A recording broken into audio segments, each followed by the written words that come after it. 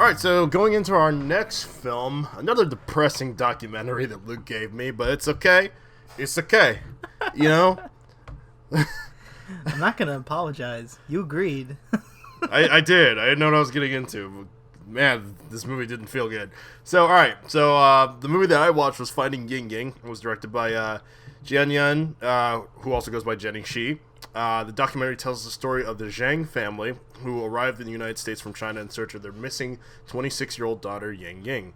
After 6 weeks of coming to America to study, I can't remember what she was studying, but it was at University of Illinois. She disappeared without a trace. Nobody could find her. So her parents came over from China essentially to pretty much cause a ruckus. But, it was a worthy ruckus to find where their daughter was and how she went missing. And eventually it all unravels to a story of, murder.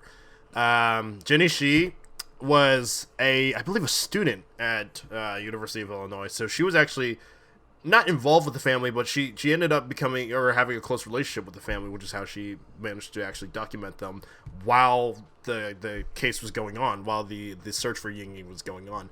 Most crime documentaries tend to tell the story after the fact, where everything has kind of been resolved and all the footage is gathered from, the recreations or, like news footage and anything like that.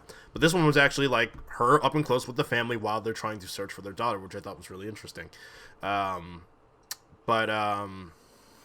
This documentary really is nothing but a tale of heartbreak. Like I said, I started off by saying that this is a depressing documentary, and it is, with all the right reason to be. This isn't a happy story. It's not one that can be told lightly. The best way I can describe it is tells a story about a girl who just wanted nothing but to learn. She wanted to learn and just go to school and to study and get the best education she could get. And coming to America, it's always a risky thing for anybody who wasn't born here. So it's a very big cultural disconnect, and even if it's not your first language, you barely understand it, and you can only speak broken English, you're puzzling the pieces together. And the one thing about Yingying that I found so joyous was that she struggled in her 6 weeks in America, but she always found the good in people. Like at one point she has a journal that she kept where she would just write her thoughts about living in America now. And she talks about how it was a struggle, and she was trying to figure out how to handle all her classes. And at one point I can't remember what she couldn't figure out, but she was struggling. Oh, she was struggling to trying to find directions to get to a certain area. And this old black woman comes up to her and is like, "Hey, do you need help? What's up?" And she writes it in her journal about how there is kindness in the world, and that little bit of kindness from that woman made her feel really good. And it was that kindness that Yingying would I guess give to others, and that trust that she had in others that ultimately led to her murder. And it's so sad. Anyone getting killed is usually sad, depending on who the person is, but to see someone who seemed to have so much hope and excitement in the world, she comes out and says that in her journal that she wanted to be a teacher and wanted to lead a long legacy of education in her family and for other people, and to see that just not happen is incredibly sad. But the movie also tells a good bit of detail on how her murderer was caught and how close he was to not the family, but to the events surrounding the family. The murderer, I can't remember his name, but I know his first name was Brett. But he, while they were rallies around the University of Illinois trying to find Yingying, he'd be there. And there's documented footage from Jenny of the murderer in the room, just hanging out right by the family, almost like hiding in plain sight. You know what I mean? And it's moments like that in the documentary that are bone chilling. Just how a person could commit such a heinous and gruesome act and then just sit there in eye view of the family that he's destroyed and just bask in it. It's incredibly unnerving. And I don't think it's much of a spoiler to say that the murderer is around them, because we find out essentially who the murderer is in the first 25 minutes of the documentary. but it gives you like a bone chilling feeling while you're watching it.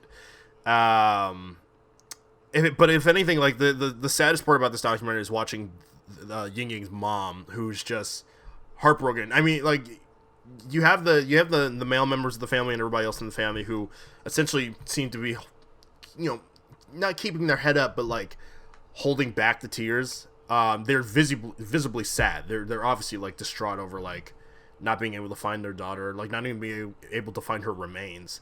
But they at least like they don't let the killer or like don't let anybody else see that. They really like hold their own in front of everybody else. Whereas the mother cannot contain her grief, and it's heartbreaking. It really hurts to watch, and just a mother's grief is it's too much. It's too much, and I'm not saying the documentary was too much, but like it's just watching a mother cry over and wail for her child. There's nothing like it, in my eyes at least. As for the actual format of the documentary, it's really well done, but at the same time, it does feel, quote unquote, a little amateurish. I kind of get the sense that this might be Jenny's first documentary. It's not, I guess, as clean cut as I was expecting it to be. It's not bad by any means. It's really well done, and like I said, it really pulls the emotional heartstrings. But I think as in terms of the actual format of the documentary, it does feel a bit I don't know, just a bit, not even choppy. It feels a bit student filmish at times. I mean, it is her first project. You were right about well, that. yeah, so you can tell that she definitely knew this, and she does. Like I said, she does a really good job with it for it being her first time. They do the use of narration over certain things from her, and I found that to be a bit distracting. I personally, when it comes to my documentaries, I always like it when the subjects or the interviewees are kind of telling the story along with the documentary. When you have a narration, it kind of just takes me out of it.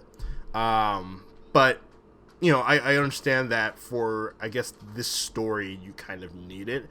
She also does a thing of reading she reads the narration of or not the narration, the journal that Yingying was keeping. So I wish at least for that maybe there would have been a different voice to read Yingying's journal, because it does feel a bit distracting when you're hearing the narrator and then the person quote unquote playing Yingying back to back.